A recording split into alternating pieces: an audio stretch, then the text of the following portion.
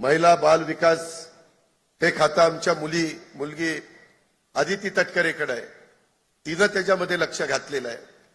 त्याच्यातून लाडकी बहीण योजना आणली. किती आमच्यावर टीका केली. आज देखील हेच मीडियावाले सांगतात ही योजना बंद होणार, ती योजना बंद होणार. अरे ते राज्य सरकार ठरवेल ना, तुम्हाला कोणी अधिकार दिलाय?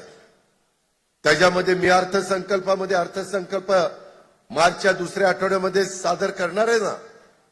त्यावेळेस राज्याचा आर्थिक शिस्त, आर्थिक घडी बसवण्याच्या दृष्टिकोनातून आम्ही पावलं उचलतोय. आज माझ्या लाडक्या बहिणी इथं बसल्यात. मला या सभेच्या निमित्तानं सांगायचंय, कालच मी इथं परतूर मंठाला येत असताना 3,500 कोटी रुपयाच्या चेकवर सही केली. 8 दिवसात माझ्या बहिणींना पैसे मिळणार आहेत. फेब्रुवारीचे पैसे मिळणार आहेत. आम्ही शब्दाचे पक्के आहोत. दिलेला शब्द पाळणारी लोक आहोत. परंतु दिलेल्या योजनांचा फायदा पण तुम्ही नीट उचलला पाहिजे. 1 रुपयामध्ये पीक विम्याची योजना आणली. का आणली? माझ्या शेतकऱ्याला ती परवडावी.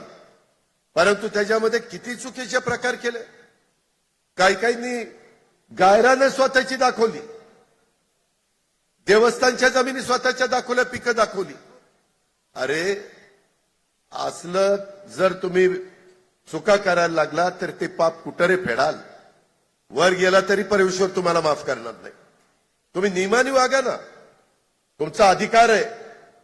तुमच्यावर अन्याय झाला, जरूर तो अन्यायाला त्या ठिकाणी वाचा फोडण्याचं काम, दाद मागण्याचं काम तुम्ही करा.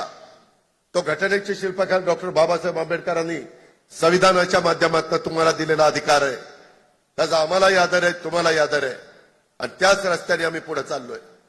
परंतु कुठेतरी एखादी चांगली योजना आणायची आणि ती ज्या घटकाकरता आणलेली आहे त्या घटकाला त्याचा फायदा होण्याच्या ऐवजी ज्यांची आर्थिक परिस्थिती चांगली आहे त्यांनी त्याचा फायदा घेणं हे बरोबर नाहीये.